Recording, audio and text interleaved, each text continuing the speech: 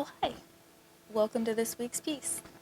It is very similar to last week's piece. You can actually see that one on the left there. Um, so I picked this one up. It's a commission piece. It was specifically picked up because of its size and the legs. I did not inspect it before I picked it up. It was only $5, so I wasn't too worried about it, and I can typically fix anything, so let's keep that in mind. So the very bottom drawer had no glide on it at all. They had just stuck that piece of wood in there and were sliding it on that, I suppose. So obviously that had to go. And then the front legs here are like a weird plastic material. So the glue had obviously broken off and wasn't holding them in anymore. And then they also have a bracket that you kind of screw in to tighten them in as well. So that's all I did was glue around everything and re-tighten in the bracket. And they are actually quite sturdy now, thankfully. It was just kind of a pain, not a huge task to do, but just something that you typically don't have to worry about when you're getting solid wood pieces. This one's not, but like I said, it was picked up based on shape and size. So that's why we're doing these repairs.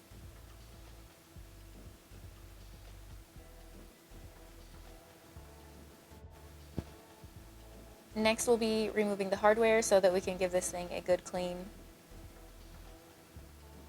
I actually really like the hardware on this. It has the normal French Provincial pulls, but then also the little knobs are really fun and ornate, so I like those. They got a good cleaning along with this entire piece. I just used my liquid sandpaper. I really like liquid sandpaper because not that this piece needed scuff sanding at all. I mean, it's not shiny, so paint would have no problem sticking to it. But the liquid sandpaper is great because it's also a degreaser and it kind of just does all the things, so it's pretty nice to use and you don't have to rinse it off. And then I'm going in with my Zinsser 123. It is the water-based primer. The only reason I'm using this, again, is not for adhesion. It's just because it has this kind of discolored yellowed surface that I didn't want to potentially bleed through the paint. So that's why I'm priming it. And it also helps with the two front legs that I showed you that were kind of plasticky. It will help the paint adhere to those because those things are slick. And then I just go through and sand the surface. You guys know, if you've been watching my videos, that I sand between every coat unless I'm doing a super textured piece. And now that that's primed, we're going to finally fix that drawer because I obviously had to order this glide off of Amazon so that I could have a fully functioning drawer. So here I'm just measuring. I took measurements before I ordered. They're obviously not exact, so I just made sure it was close enough, and then I'm cutting them to size. If you guys do not have a pull saw and occasionally need to make cuts, this thing is awesome. My father-in-law turned me onto these. He has several of them. I found this one on Amazon, and it's perfect because it folds in half, and I can fit it in my purse. Yes, I have a saw in my purse sometimes. So I'm just making sure that this is in the center of the drawer. I'm going to glue it down and then also use my brad nailer to kind of secure it while the glue is drying. And then I'll do the same thing with the glide on the inside of the actual desk.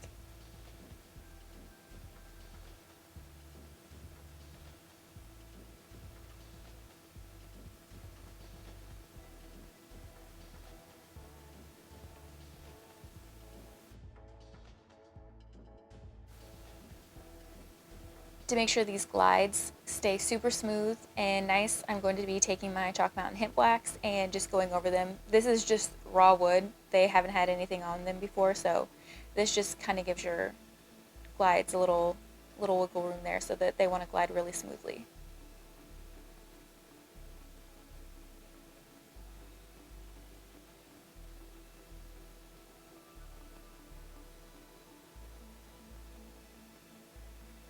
Yep, it works.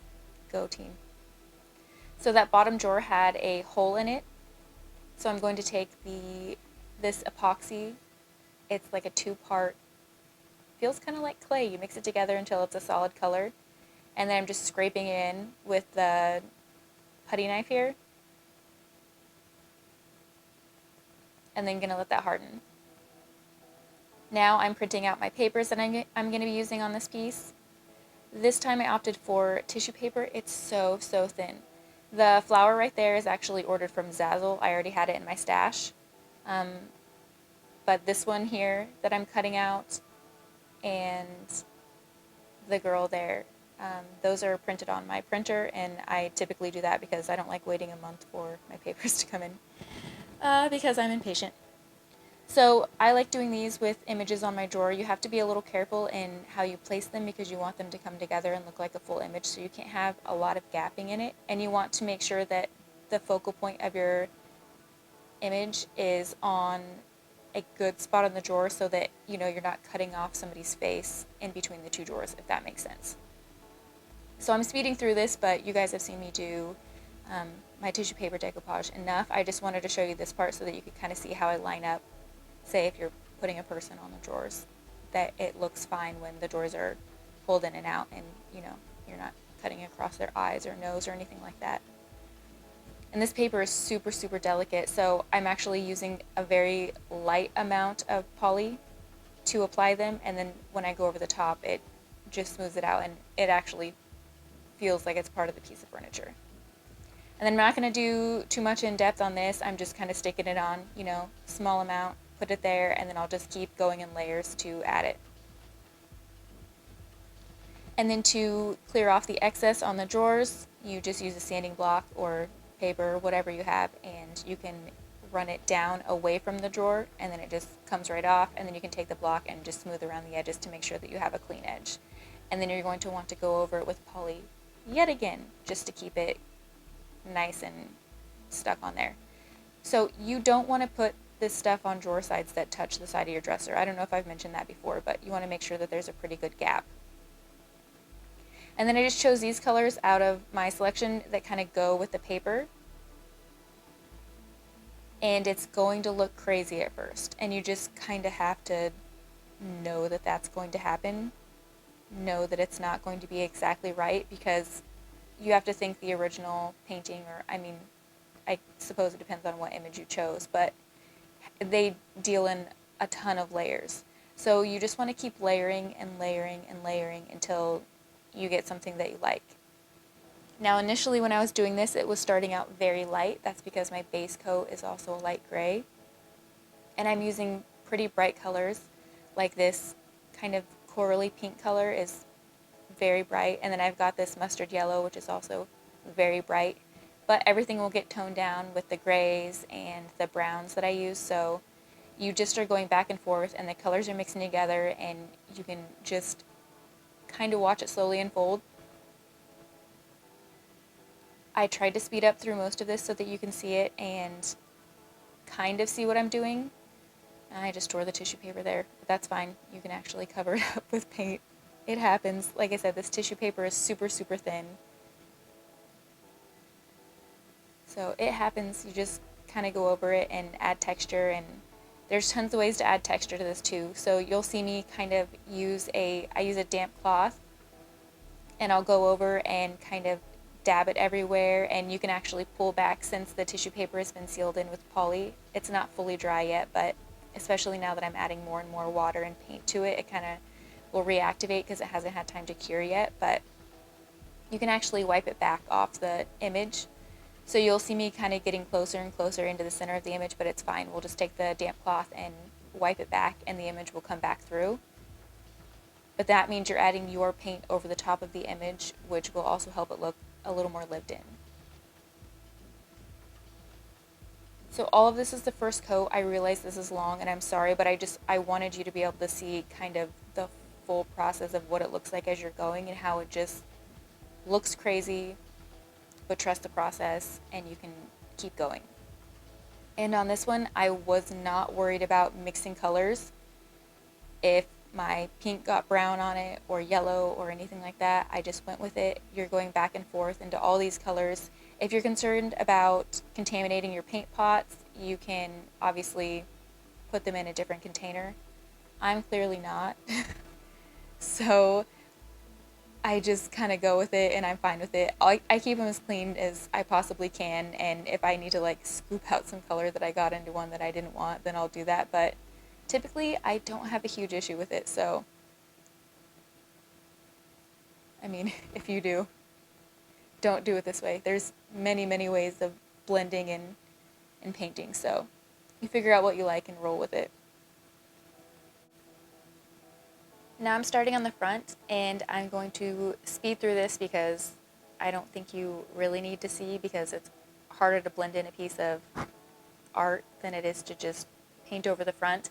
But it's essentially the same process because I'm using the same colors and I want obviously the same finish throughout the entire piece. So it's just doing the same thing, only without trying to work an image into it.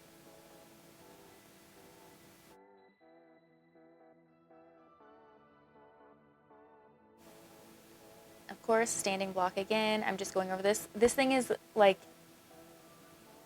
an old 220. It is no longer 220. It's probably closer to a 400 by now. I just keep reusing it, and it's softer and softer every time. You don't need anything too crazy. So just a light kind of brush over with everything. So here we are in the second coat. I decided that the first coat was just a little bit lighter and not as moody as I wanted it to be, so I'm going to be darkening this up just a bit for the second layer, and then I'll be satisfied with how it comes out after this. But it's, again, same process. We're going to speed through this as well, just going back and forth with all the colors, getting everything in there until it's something that we deem reasonable. Round 2 on the blending on the image. You thought it was going to start looking better. We're still not there yet. No, this is just me. I wanted to add a little more pink and a little more brightness from the yellow and closer to the image, so that's what I'm doing. I'm literally just throwing it on. It was very hot today, so the paint started drying faster than I would have liked. So it took me a little bit more time than it typically would, but that's all right. It ended up being okay. You just have to use a lot of water when it's doing that. I just don't like using a ton of water on this tissue paper because the tissue paper doesn't like it. But so for this layer, I'm making sure that I'm adding quite a bit more texture in this. So you'll see me use the damp cloth quite a bit more. And I'll also use my brush to kind of pounce in texture and colors, because that's going to give it a closer texture to the original image and also help the colors look a little bit more modeled, if that makes any sense. Anyways, let's speed this up too.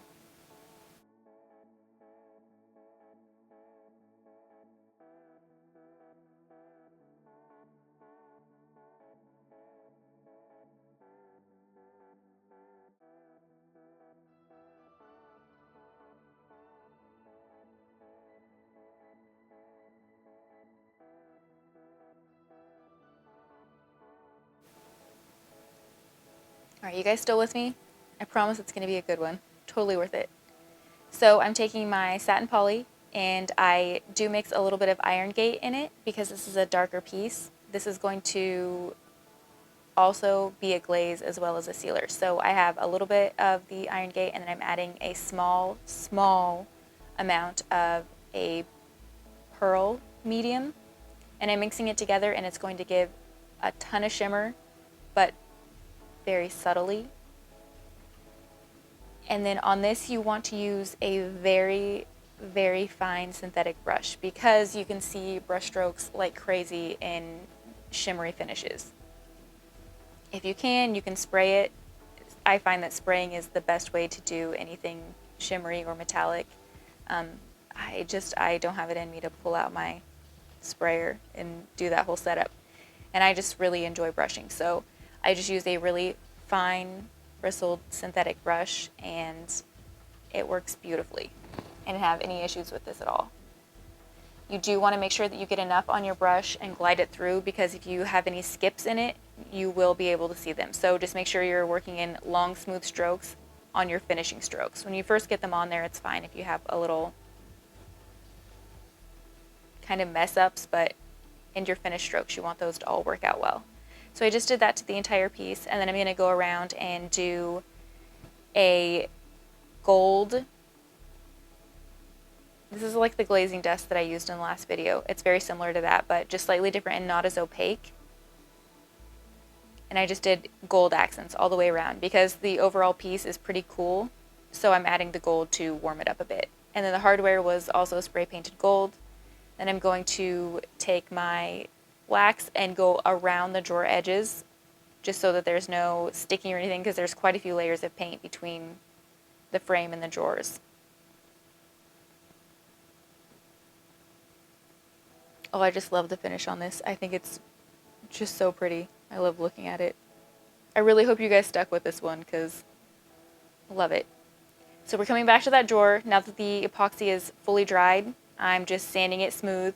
And then we're going to line all the drawers just for a finishing thing. Like I said, this isn't a solid wood piece, so I just want to make sure that it's as nice as possible. Drawer liners are my least favorite things to do to a piece. I think they have a great impact, and I think they're lovely to look at. I hate putting them in. Hate it. If I never had to do one again, it would be too soon. But I do them because, like I said, they're great. They're pretty. It's a nice thing to open up a drawer and see something fun inside. But man, I really hate that stuff.